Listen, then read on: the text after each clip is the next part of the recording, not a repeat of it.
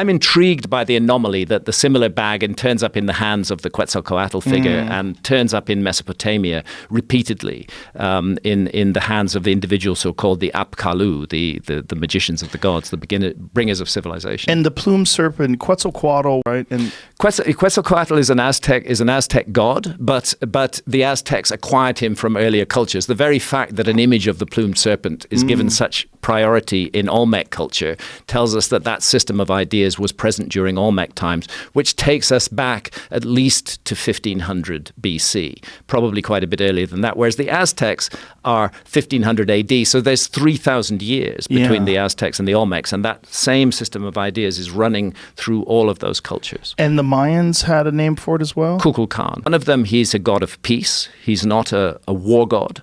And the other thing that he's primarily about is giving the gifts of civilization. There's hardly a culture in the ancient world that doesn't remember a time far back in remote prehistory when some kind of supernaturals or advanced human beings, and I prefer the latter, that some kind of advanced human beings were involved in a project to disseminate civilization. The Tucano have a fascinating origin myth.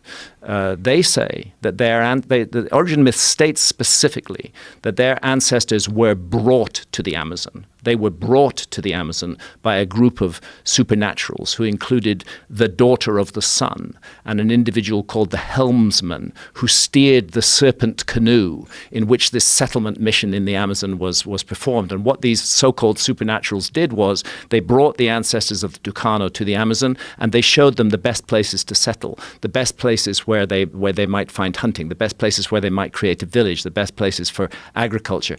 And then they left. But they left them behind one gift, and that gift was ayahuasca.